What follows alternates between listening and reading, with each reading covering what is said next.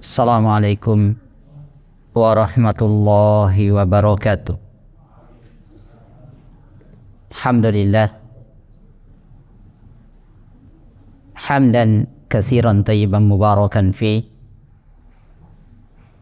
kama yuhibbu rabbuna wa yardah. Asyhadu an la ilaha illallah wahdahu la syarika lah wa asyhadu anna Muhammadan abduhu wa rasuluh. Amma ba'd.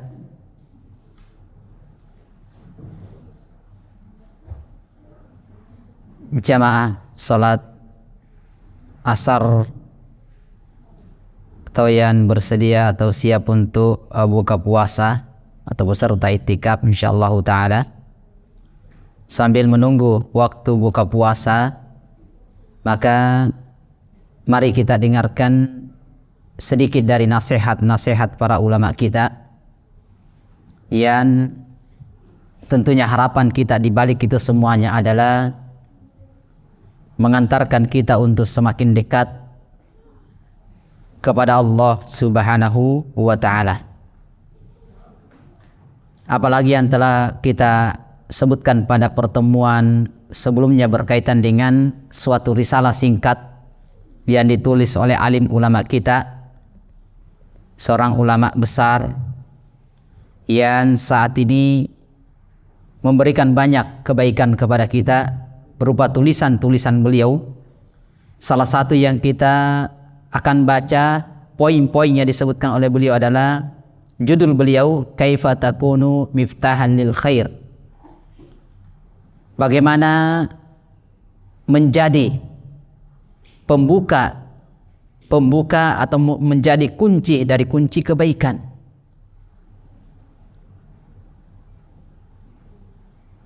Maka pembicaraan berkaitan dengan masalah ini adalah perkara yang tentunya sangat perlu kita ketahui.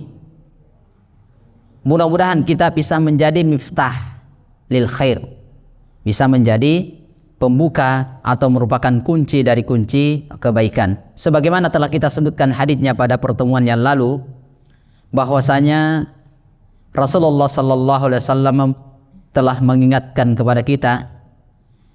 Beliau mengatakan, inna minan nasi nasan mafatihal khair. Bahwasanya di kalangan manusia itu ada orang-orang yang memang menjadi pembuka, merupakan kunci daripada kunci kebaikan. Dia adalah maghaliqal syarr, sebagai penutup kejelekan.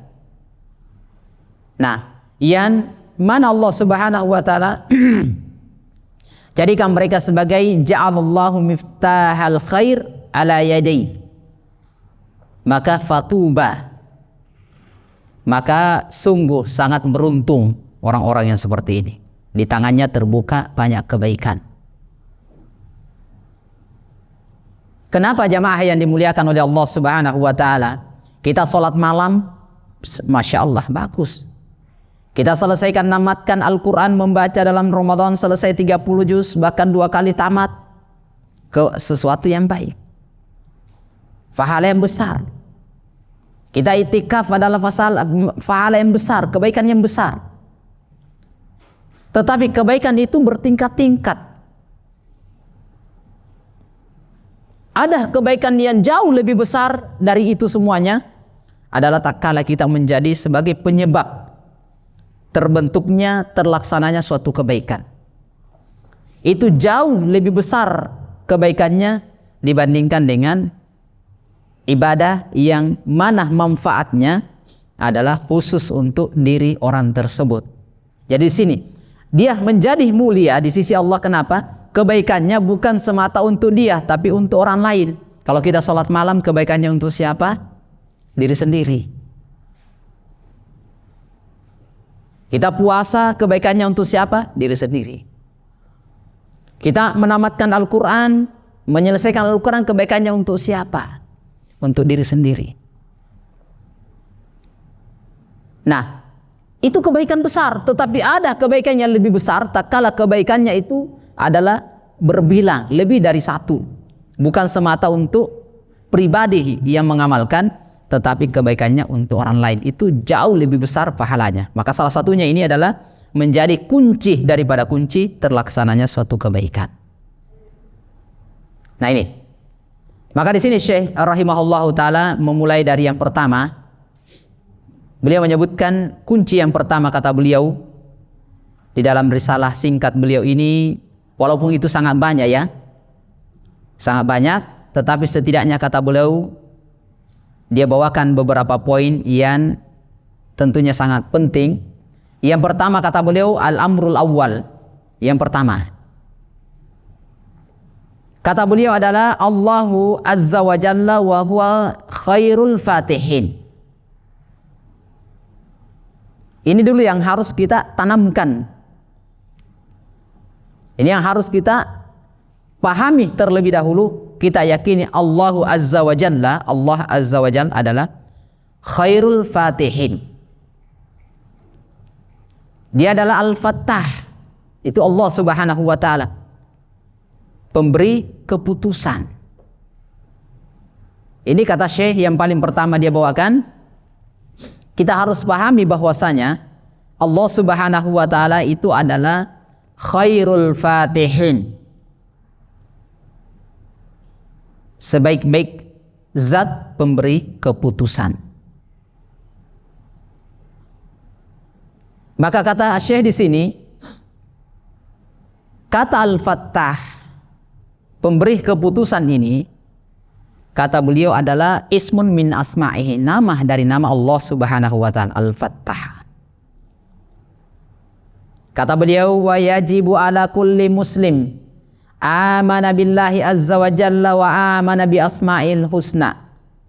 Wajib bagi orang-orang yang beriman mengimani bahwasanya Allah subhanahu wa ta'ala, mengimani Allah subhanahu wa ta'ala dan mengimani nama dari nama Allah subhanahu wa ta'ala yang husna. Di antaranya adalah al-fattah. Maka ketika kita meminta, salah satu di antara adab ketika kita berdoa memohon kepada Allah subhanahu wa ta'ala adalah, kata beliau, ayah sunnah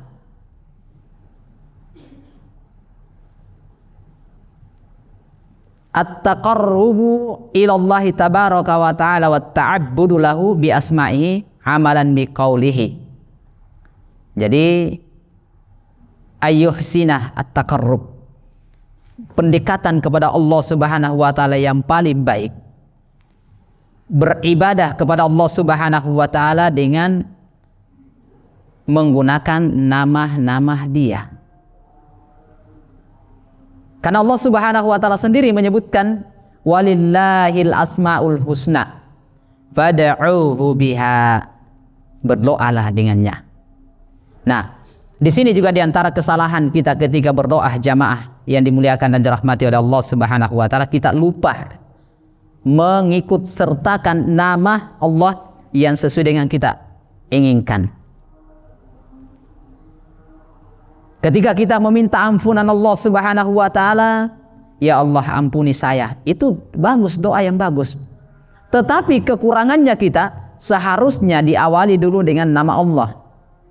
Siapa itu? Al-Ghafur. Ya Ghafur, Ighfirli, ya Allah yang maha pengampun, ampunilah saya. Nah ini, ketika meminta rezeki, dimudahkan rezekinya, maka ya Razzaq urzuqni, wahai zat pemberi rezeki, berilah kami rezeki, mudahkanlah kami rezeki kami. Ketika mendapatkan sesuatu kesulitan, minta kemudahan, ini bisa disebutkan ya Fattah. Nah ini kata beliau adalah hendaknya diikutkan dari apa yang kita ingin minta, hendaknya ikutkan dengan nama dari nama Allah subhanahu wa ta'ala sebelumnya, diikutkan ketika berdoa. Ya Rahman, Ya Rahim, Ya Ghafur, Ya Rahim, Ya Alim.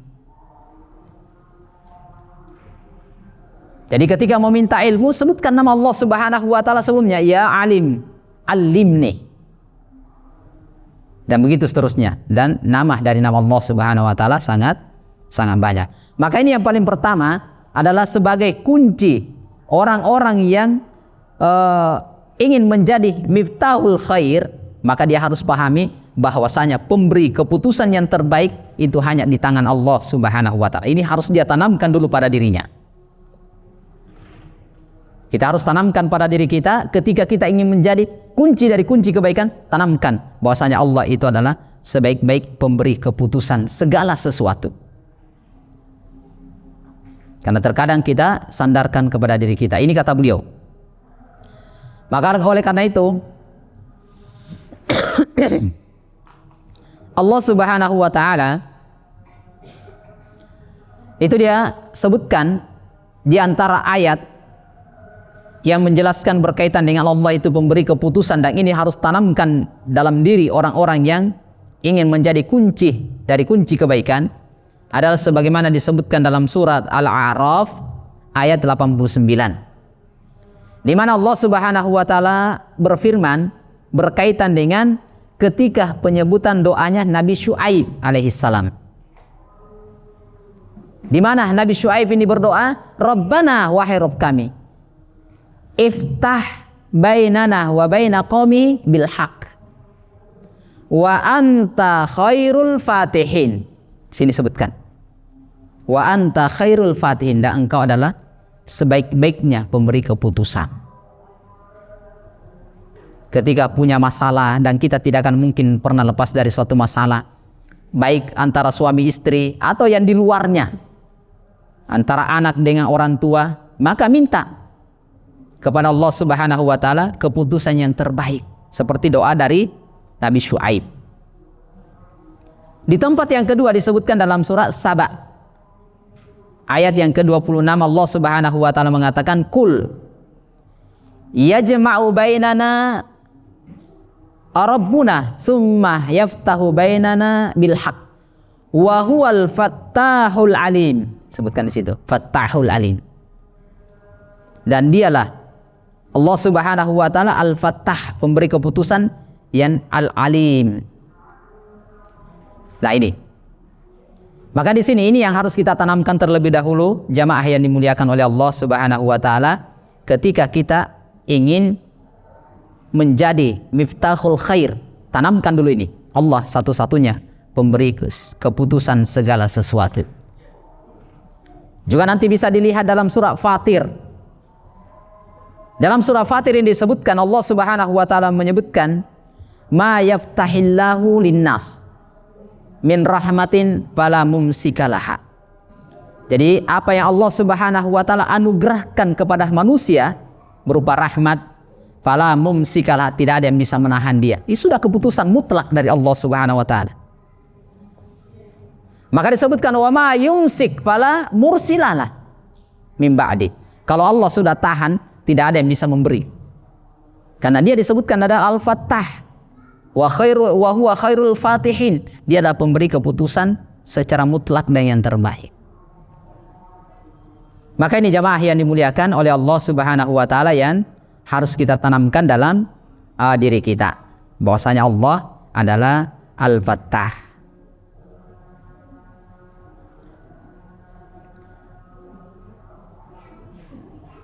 Kemudian kata beliau, Al-Fathu kulluhu minallah. Lihat, keputusan seluruhnya dari Allah Subhanahu wa taala. Fathuhu alaika bil ilmin nafi. Kita dapatkan ilmu yang bermanfaat. Wal amalus soleh, bisa beramal soleh. Wal akhlaqul fadilah, berakhlak dengan akhlak yang mulia. Siapa yang lakukan ini semuanya adalah Al-Fattah, adalah pemberian dari Allah Subhanahu wa taala, bukan karena kemampuan kita. Bukan karena, perlu dipahami jamaah, terkadang kita sandarkan pada diri kita, saya ini bisa beribadah karena i'tikaf. Nah, perhatikan di situ. Iktikaf ini terkadang kita saksikan ada orang yang iktikaf tetapi lebih banyak bermainnya daripada ibadah. Karena bukan dia yang memberikan memberi keputusan, ketentuan, tetapi Allah Subhanahu wa taala yang memberikan.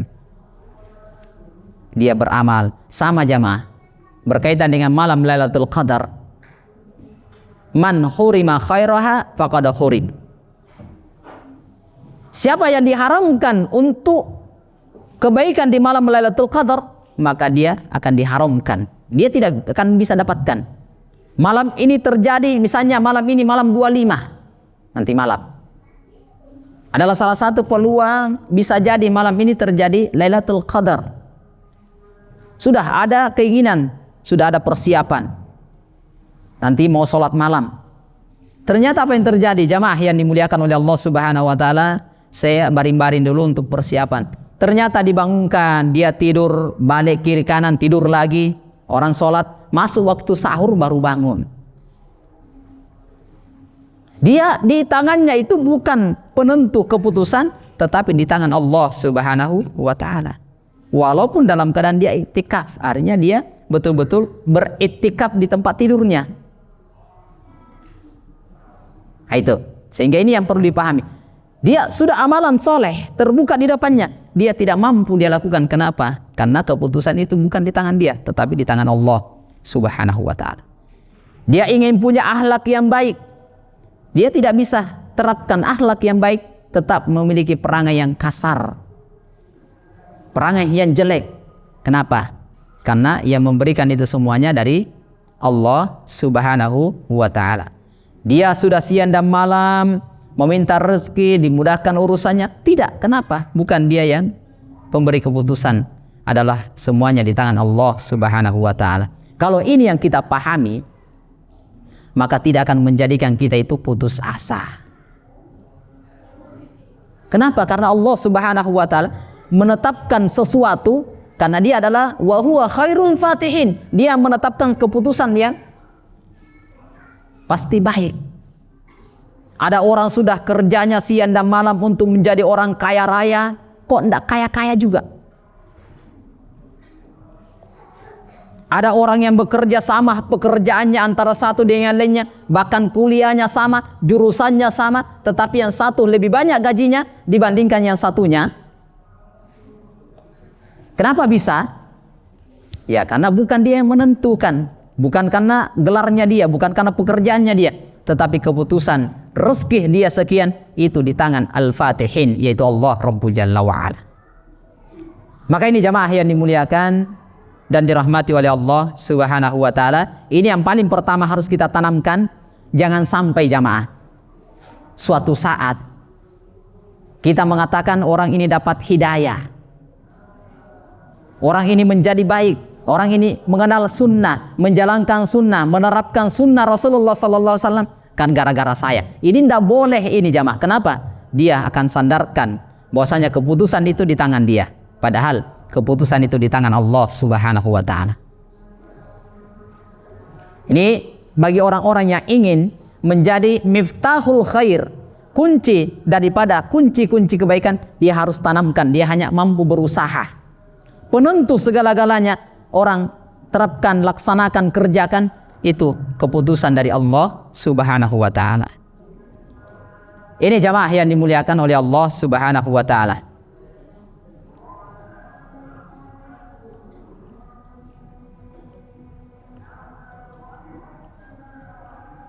Oleh karena itu tidak heran, tidak jarang kita lihat begini, kata Syekh di sini.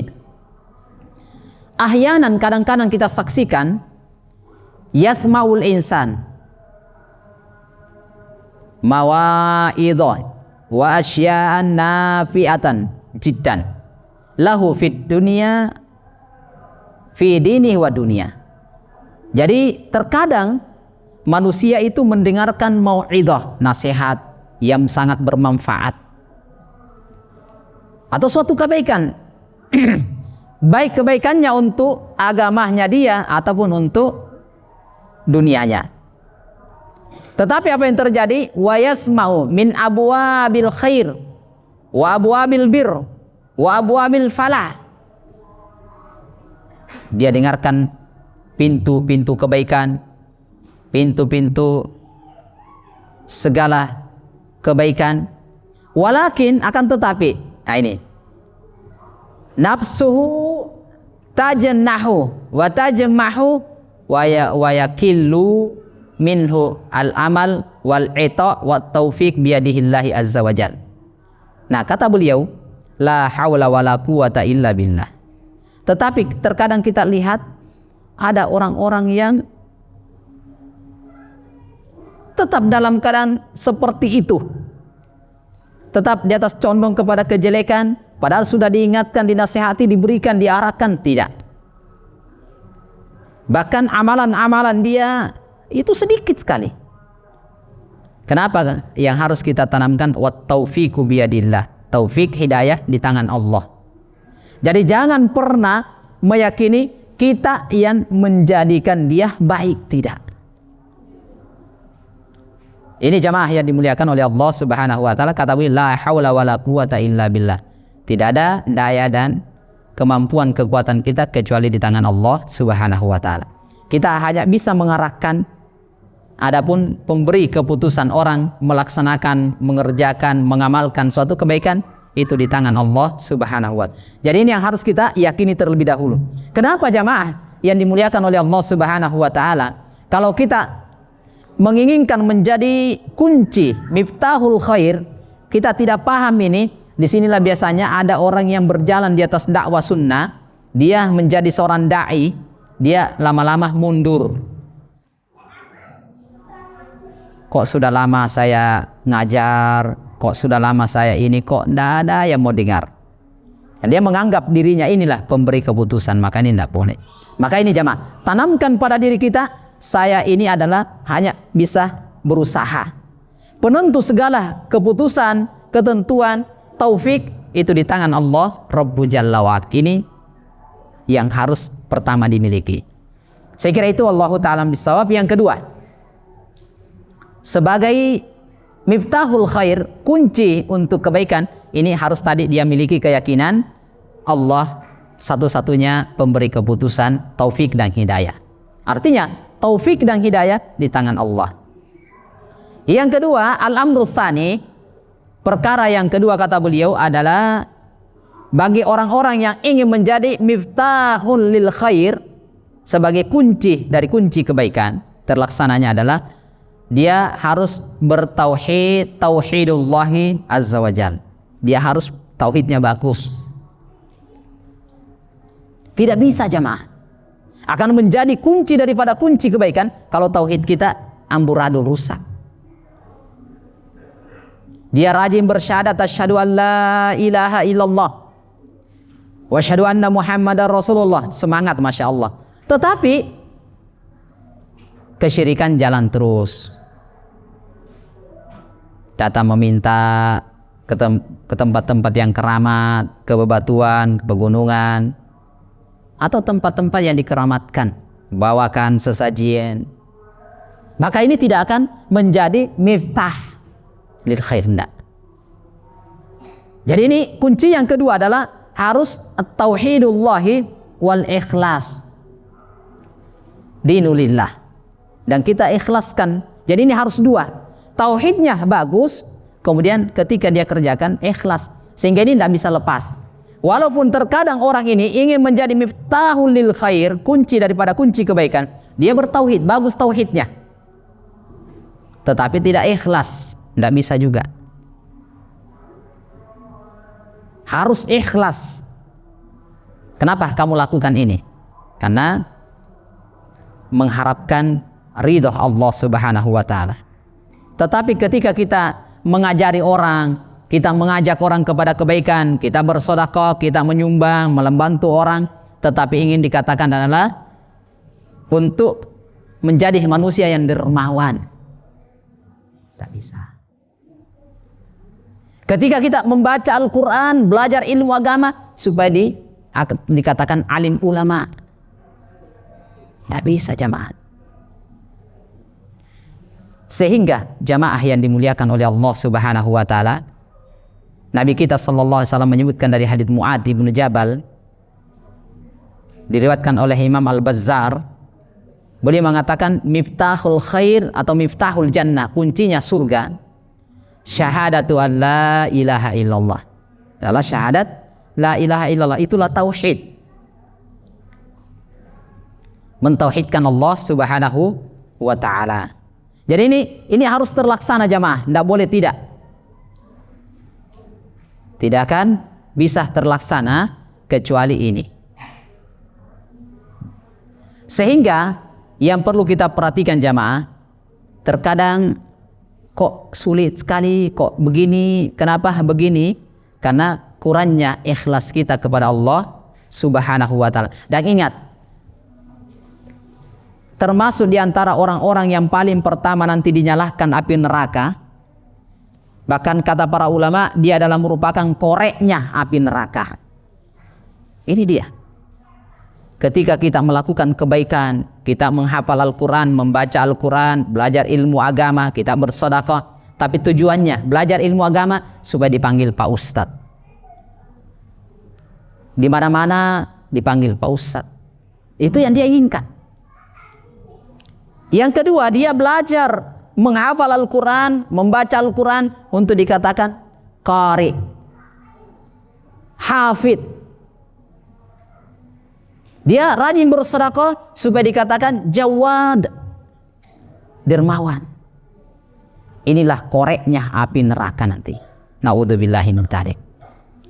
Dan dinasihatkan oleh para ulama kita jamaah yang dimuliakan dan dirahmati oleh Allah Subhanahu wa ta'ala, tidak usah terlalu ingin cepat melihat hasil dari dakwah kita. Hari ini kita sampaikan harus diterima, tidak.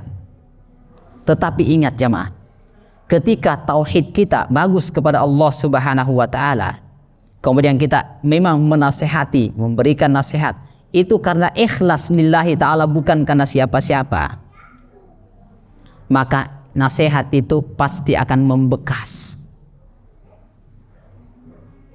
Sama jamaah begini, walaupun kita tidak langsung saksikan di depan kita, tetapi itu akan memiliki efek imbas ketika kita menasehati orang tua kita. Selama nasihat itu adalah mau'idatun hasanah, nasihat yang baik, ketika itu orang tua kita berada di atas kejahiliaan, di atas kesyirikan kepada Allah Subhanahu wa ta'ala, kemudian kita nasihati dia. Kita betul-betul menasihati ini karena ikhlas, kita inginkan dia selamat dunia dan akhirat. Kita nasihati dia, itu tidak boleh, itu tidak baik.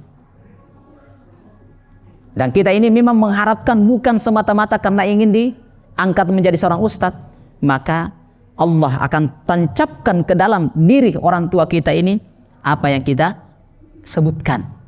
Walaupun tidak langsung diterapkan, suatu saat dia akan muncul, iya kayaknya apa yang disebutkan anak saya itu benar. Contoh ya, ketika orang tua kita ini senang mengunjungi tempat-tempat keramat untuk mencari berkah, maka kita katakan itu tidak boleh. Kenapa? Itu adalah kesyirikan, dan pelaku syirik adalah orang yang tidak akan dimasukkan ke dalam surga sampai dia taubat. Karena Allah Subhanahu wa ta'ala ini tidak akan diampuni. Allah Subhanahu wa ta'ala mengatakan, innallaha la yaghfiru ayyushraka bih. Allah tidak akan mengampuni orang-orang yang berbuat syirik. Tidak akan diampuni. Kita sebutkan seperti itu. Bahkan dalam ayat yang lainnya disebutkan, Allah Subhanahu wa ta'ala menyebutkan keutamaan para nabi dan rasul. Setelah itu disebutkan, la in asyrokta, jika engkau melakukan kesyirikan, la yahbatonna amalu, maka amalan-amalanmu akan tertolak, hangus, habis. Wala takunanna minal khasirin, engkau akan menjadi orang-orang yang merugi. Nah, ini yang kita ingatkan, bahwasanya mendatangi tempat keramat, mengambil berkah, itu tidak benar. Itulah kesyirikan, itulah yang dilarang oleh Allah Subhanahu wa ta'ala, dan itu diharamkan. Bahkan penghuninya akan dimasukkan ke dalam neraka. Mungkin orang tua kita pada saat itu dia marah. Kamu itu anak kemarin sore macam-macam. Tetapi kita ini betul-betul ikhlas, antum coba perhatikan, itu akan berefek dan berimbas nantinya. Tunggu sehari, 2 hari, sebulan, 2 bulan, mungkin sampai tahunan. Kenapa orang tua saya, dari mana dia kok bisa berubah? Kok malah dia benci ini? Iya betul, ternyata iya. Kita masukkan pemahaman kepada dia bahwasanya apa yang Anda sembah itu makhluk dari Allah. Keberkahan tidak perlu lewat makhluk, tapi minta keberkahan langsung kepada Allah. Itu akan tertanam walaupun dia melawan, sempat kita bertengkar, tetapi ketika kita bagus tauhidnya dan kita ikhlas menasihati, maka itu akan berefek. Itu kata para ulama. Sehingga jamaah perlu kami ingatkan, ketika kita memang menginginkan mencintai sebagai miftahul lil khair, sebagai kunci daripada kunci kebaikan, maka tetap jalan nasihat. Jalan, dan kita jangan pernah langsung mengharapkan di cash. Nah, ini biasanya jadi masalah. Terkadang kita nasihati ini memang keras kepala. Sama dengan seorang suami. Seorang suami, ketika dia melihat pelanggaran, sedikit dari pelanggaran dari istrinya, dia nasihati, ternyata tidak berubah. Dia nasihati lagi, tidak berubah. Sudah 3 kali, istrinya belum berubah juga. Nah, ini butuh dikoreksi diri kita jamaah. Apakah saya ini ikhlas atau tidak? Kalau ikhlas, insya Allah akan berefek. Tetapi ketika tidak ikhlas, ini yang memiliki dampak. Artinya tidak memiliki pengaruh terhadap nasihat kita. Maka ini jamaah yang dimuliakan, sehingga seorang da'i miftahun lil khair, jangan pernah meminta tergesa-gesa dikabulkan apa yang diinginkan. Coba lihat bagaimana adab dan akhlak Nabi kita Muhammad sallallahu alaihi wasallam ketika dia dakwah ke Taif. Ini mungkin sering diceritakan oleh ustaz-ustaz kita. Ketika Nabi sallallahu alaihi wasallam berdakwah ke Taif, apa yang terjadi? Sampai ke Taif, Nabi menasihati dia beribadah kepada Allah, melaksanakan perintah Nabinya sallallahu alaihi wasallam. Malah Nabi disakiti, bahkan Nabi dipukul sampai pipinya berdarah. Dalam kondisi seperti ini jamaah, datanglah Jibril alaihi salatu wassalam menawarkan, ya Muhammad, maukah engkau saya perintahkan malaikat penjaga gunung untuk mengangkat gunung ini kemudian timpahkan kepada penduduk Taif.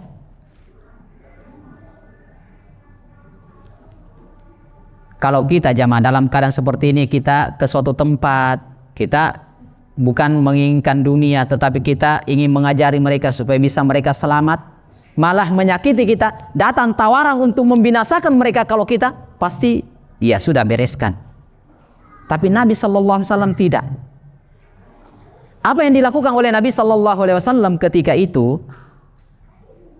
Ketika seperti datang tawaran dari Jibril alaihissalam, merintahkan, kalau kamu mau, saya akan perintahkan malaikat penjaga gunung untuk mengangkat gunung ini kemudian ditimpahkan kepada penduduk Taif. Kata Nabi, jangan.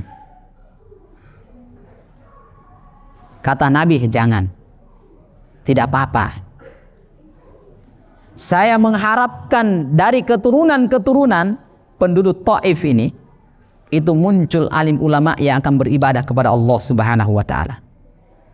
Coba lihat jamaah, Nabi ini berdakwah tidak langsung dikes hasil daripada dakwah beliau, tetapi dia tunggu keturunannya. Dia masih ada harapan. Saya berharap kepada Allah Subhanahu wa ta'ala, mudah-mudahan dari turunan-turunan mereka itu akan menghasilkan orang-orang yang akan taat beribadah kepada. Ternyata betul jamaah. Coba ini yang contoh. Sehingga ketika kita dakwah tidak tergesa-gesa, kita juga tidak putus asa, kok tidak diterima. Jangan. Mungkin hari ini tidak berefek, bisa saja besok. Kalau enggak pekan ini, pekan depan. Kalau enggak pekan ini, pekan depan, 1 bulan yang akan datang, bulan kedua dan seterusnya. Itu sampai bertahun-tahun. Dan di sini lihat sifat yang harus dimiliki selain daripada bertauhid, ikhlas. Ini 3 sifat selanjutnya yang dimiliki oleh Nabi sallallahu alaihi wasallam adalah mendoakan kebaikan orang yang menyakiti kita, memaafkan dan memberi uzur. Dan ini sulit jamaah, kecuali orang-orang yang dirahmati oleh Allah Subhanahu wa ta'ala. Masa kita disakiti mau didoakan kebaikan, kita disakiti dimaafkan, kita disakiti diberi udzur? Jangan, karena mereka tidak tahu siapa saya. Nah, itu kata Nabi sallallahu alaihi wasallam.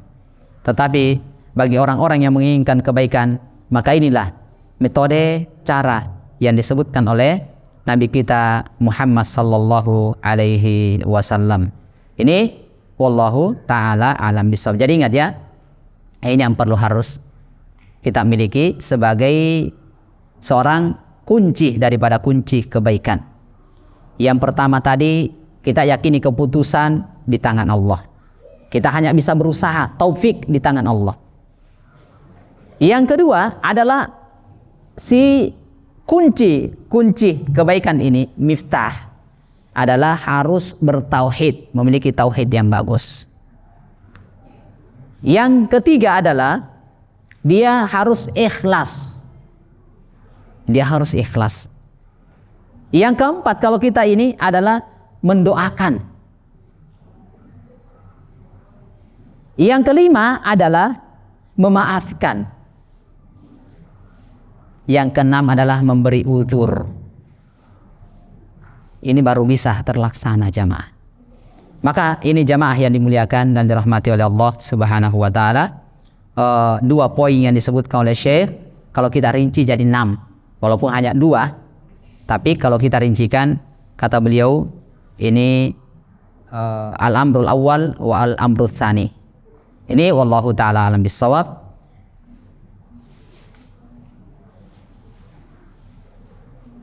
Saya kira ini dulu yang bisa saya ingatkan, insyaallah ta'ala.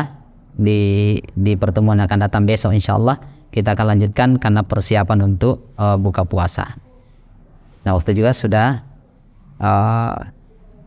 sedikit lagi jam 6. Saya kira ini jamaah yang dimuliakan dan dirahmati oleh Allah Subhanahu wa ta'ala, sebagai bekal-bekal ketika kita ingin menjadi kunci daripada kunci terlaksananya suatu kebaikan di suatu tempat, kita harus memiliki sifat dari sifat ini. Saya kira itu. Wallahu ta'ala alam bissawab. Lebih dan kurangnya kami mohon maaf. Wallahu ta'ala alam bissawab. Subhanakallahumma rabbana wa bihamdik, asyhadu an la ilaha illa anta astaghfiruka wa atubu ilaik. Assalamualaikum warahmatullahi wabarakatuh.